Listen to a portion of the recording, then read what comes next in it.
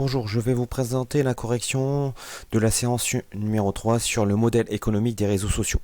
Nous sommes tout le temps dans la séquence numéro 5, les réseaux sociaux. Alors vous aviez plusieurs documents et vous deviez répondre grâce à ces documents aux différentes questions. Donc les entreprises des réseaux sociaux dégagent des revenus importants chaque année. Pourtant, la plupart des inscriptions sont gratuites. Donc la problématique c'est comment les réseaux sociaux gagnent-ils de l'argent. Donc ici vous avez un premier document qui est la publicité, quelles sont les principales sources de revenus de ces réseaux sociaux. Donc ici c'est Facebook, hein. Donc on voit que Facebook réalise chaque année des milliards de dollars de bénéfices. L'essentiel provient de recettes générées grâce aux vidéos et aux annonces publicitaires. En effet, le trafic important de Facebook attire les annonceurs qui peuvent ainsi toucher une cible très large. Donc ici on voit les revenus de Facebook. Donc ici on a les millions de dollars. Et ici le premier trimestre 2017 et le premier trimestre 2018. Donc vous voyez bien qu'il y a eu une augmentation des bénéfices de Facebook, tant au niveau ici des vidéos publicitaires, mais aussi autres publicités. Donc par rapport à ce premier document, vous deviez répondre à la question suivante. Pourquoi Facebook peut-il se permettre d'afficher sur son site c'est gratuit? Et ça le restera toujours, sans craindre pour sa santé financière. En effet, les principales sources de revenus de Facebook, c'est la publicité. Donc les recettes liées à la publicité sont très importantes et en augmentation.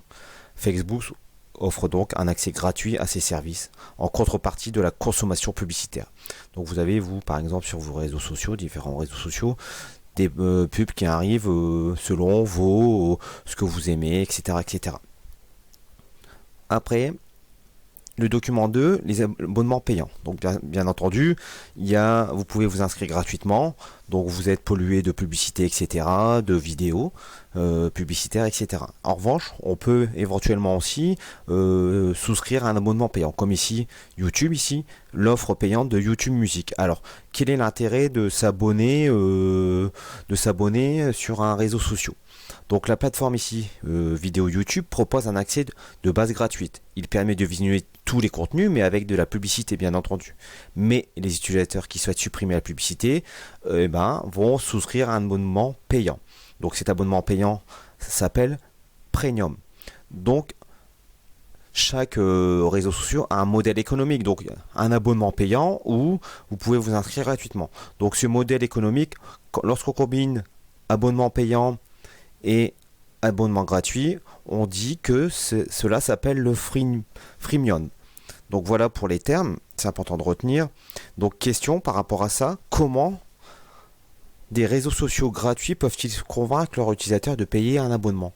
L'offre payante de certains réseaux sociaux permet d'accéder à des fonctionnalités différentes ou limitées, ou de supprimer la publicité. Donc certains ne veulent plus de publicité, etc., etc., donc vont souscrire un abonnement payant.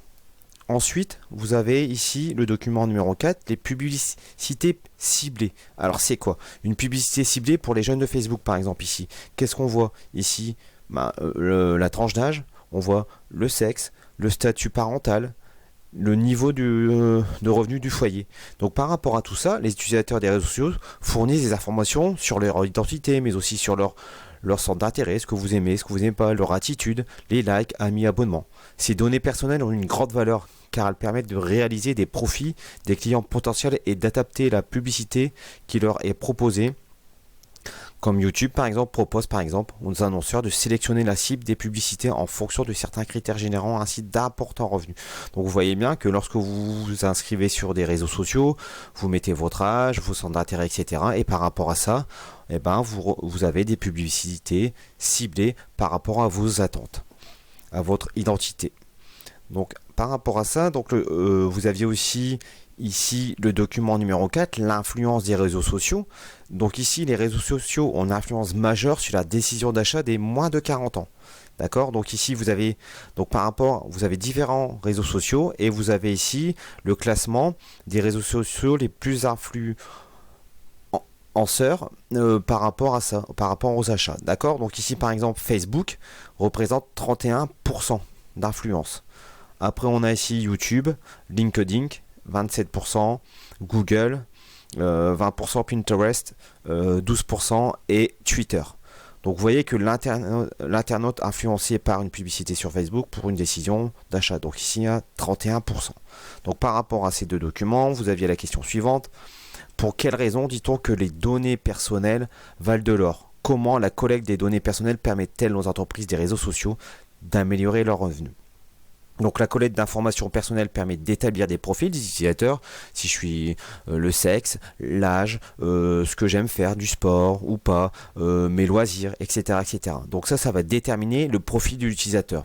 Ces profils sont ensuite utilisés pour cibler les publicités. Bien entendu, en fonction de ce que vous aimez, on va vous envoyer des pubs. L'efficacité des publicités est bien plus grande si celles-ci sont orientées en fonction des goûts et des caractères de l'utilisateur, bien entendu. Si vous aimez la musique, vous allez avoir des publicités sur la musique, etc. Donc les entreprises de réseautage, donc Facebook, etc., vendent donc des espaces publicitaires ciblés et en tirent d'importants bénéfices. Donc voilà, ça c'était pour le modèle économique. Maintenant, on va passer à la séance numéro 4. Donc à bientôt.